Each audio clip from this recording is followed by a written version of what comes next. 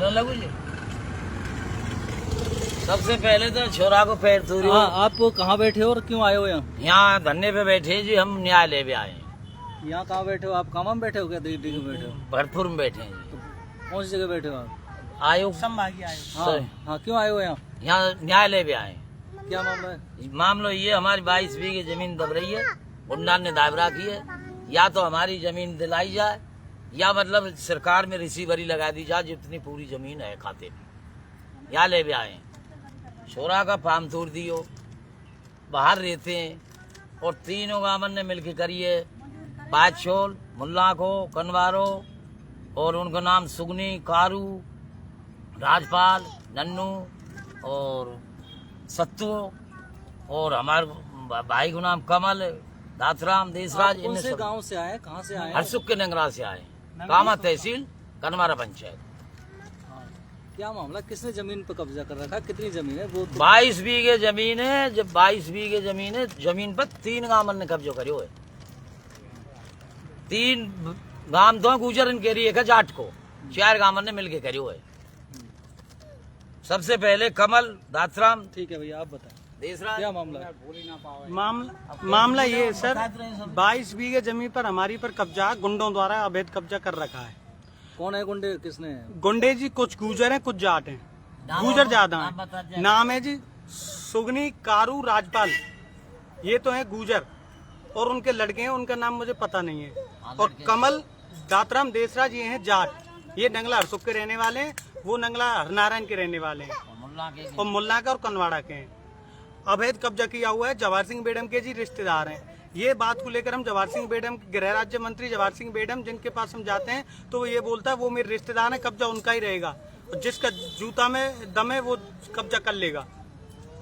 फिर हम इसके पास, हम मुख्यमंत्री के पास भी गए तो मुख्यमंत्री के वहाँ में कोई न्याय नहीं मिला। वहाँ से घसीट के बाहर निकाला। मंत्री पर ये आरोप भी तो हो सकता है कि रिश्तेदार तो सबके होते हैं, मंत्री पर इस तरह का आरोप आप लगा रहे हैं। इस तरह का आरोप का रीजन जी हमारे पास प्रूफ भी है।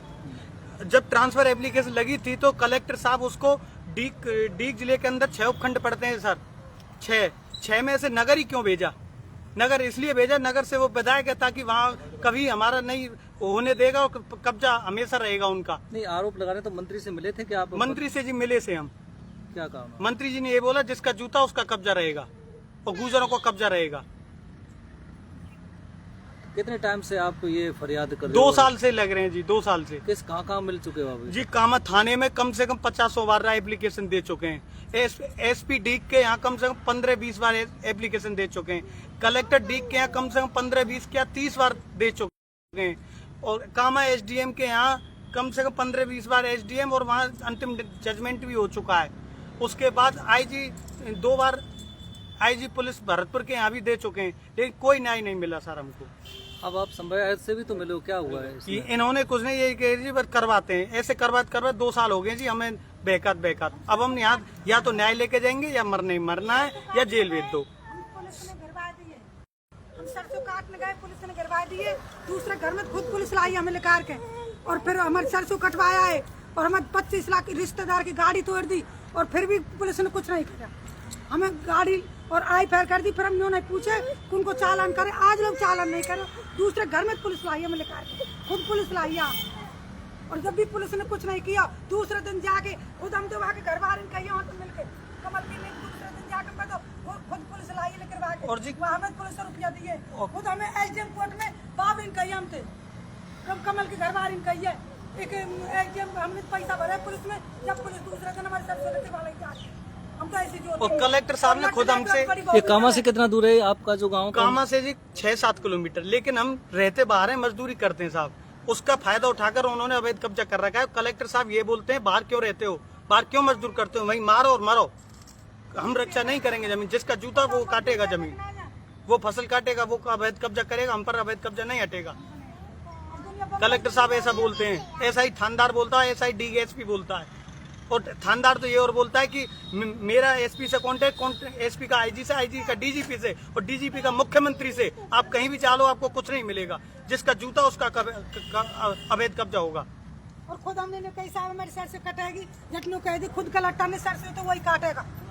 खुद कलेक्टर साहब रिश्वत खाकर बैठे, एसपी रिश्वत खाकर बैठा, थानेदार रिश्वत खाकर बैठा है, जवाहर सिंह मंत्री जी के दबाव में सब। सरसों वही काटे, सरसों में काटे साहब हमारे बाजरे मत वो बंद वही बोवेगा, मुँह पे नहीं हटता। वहाँ जाओ गुत्था मारो, पुलिस ने ये बोल देते बाहर क्यों रहते हो, पुलिस ने कह दे लट वहाँ लट बजा और खोपरे एक आध मर्डर रह जाएगा, हम तो जब जाएंगे इतने नहीं जाते, खोपरे फुरबा खाओ। अब हम दूसरे घर में तो न लेकर जा तो हम ठोर मार दे तो सब पल्ला कर देंगे। और अब बताओ सर हम गांव में कैसे जाएं? डर के मार दूसरे घर में दस गए। अपनी जान बचाएं। कितनी जमीन है जिस पर कब्जा है? 22 बीघा है। 22 बीघा। 11 बीघा पैतृक संपत्ति थी जो हमें पैतृक रहती है और 11 बीघे खरीदी थी जी हमने। 22 बीघा हाँ जी। जमीन, और 22 बीघा जमीन पड़ोसी गांव वालों ने दबा रखी है। हाँ जी। जो मंत्री के रिश्तेदार हैं, जैसा आपका आरोप है। हाँ जी, आरोप नहीं, ये सत्य है जी, ये सत्य है कि मंत्री जी के रिश्तेदार हैं और उन्होंने कब्जा कर रखा है। और मंत्री जी ने खुद बोला कि ये वो मेरे रिश्तेदार हैं, उनका कब्जा रहेगा, गुजरों का अवैध कब्जा रहेगा, तब तक मैं मंत्री हूँ। साथ में जवाहर सिंह बेडम मंत्री, और यही कलेक्टर बोलता है वो खेत में जिसका जूता में दम है वो कब्जा करेगा। ये है पीड़ित परिवार समयावत कार्यालय पर धरने पर बैठा हुआ है। ऐसा कौन से उसमें लिखा है कि अगर आदमी मजदूरी करने बाहर जाएगा तो उसकी जमीन पर अवैध कब्जा हो जाएगा? राजस्थान सरकार, बीजेपी सरकार क्या ऐसा चाह रही है? बताओ, आदमी कहीं बाहर मजदूरी भी नहीं कर सकता, बताओ क्या करेगा? मजदूरी करना भी कहीं जुर्म है क्या? अगर कहीं लिखा हो तो बताओ। संभाग आयुक्त क्या, मैं आज इनसे पूछता हूँ आयुक्त साहब से, कोई नियम में लिखा है क्या मजदूरी करना बाहर? पाप है कि तुम जाओगे तो तुम्हारी जमीन पीछे से कब्जा कर लेगा। सरकार न्याय के लिए बैठी है। गवर्नमेंट आदमी भी कैसे जवान सेना में लड़ रहे तो उनकी जमीन पीछे से कब्जा हो जाएगी। बताओ, जवान लड़ रहे, पुलिस कर्मी दूसरे उसमें तैनात है, क्या उनकी जमीन पर पीछे से कब्जा कर लेगी? क्या गुंडे कर लेंगे? ऐसा जवाहर सिंह बेडम बोलता है कि बाहर क्यों रहते हो, वहाँ मारो, जिसका जूता दम है वो कब्जा करेगा। मंत्री जी ऐसी बात बोलते, कलेक्टर ऐसा बोलता है, कि थानेदार ऐसा बोलता है, एसपी ऐसा बोलता है। आईजी साहब 2 बार आए, आईजी साहब ने कोई कार्रवाई नहीं करी। खुद घर में तो पुलिस लाई लेकर दूसरे के में तुम्हारे जब भी कचना करे और दूसरे दिन जाकर सब रिसर्च खुद रिश्तेदार की गाड़ी तोड़ दीजिए, कुछ नहीं करी, नहीं तो पुलिस सुन रहे, कलेक्टर सुन रहे, सब भ्रष्ट हुए पड़े। काम में खुद बहू ने कही मर दिया और रानी ने एक हम तो पैसा भर के मार दो, पुलिस फिर करवा लाई, तू आ जाइए खेत में, बता हम क्या करें? हम गाँव में जाए तो अपनी जान को खतरा, और वहाँ रहे तो सर कहाँ से कि बच्चों को क्या खिलाएं सर? बताओ, 22 की 22 एक आदमी हो तो 22 की 22 पी के तो कब्जा क्या खिलाएं? इससे अच्छा तो यहीं मर जाएंगे, यहीं जेल में जाएंगे, यहीं दंड दें, कुछ भी करो, यहीं रहेंगे। नंगर लेके कैसे हम तो बच के गुजर कह रहे नंगला हरसुख कामा जी, कनवाड़ा पंचायत। नाम क्या है? मेरा नाम देवेंद्र, मेरे पिताजी का नाम जल सिंह है। मेरा नाम श्यामवती है।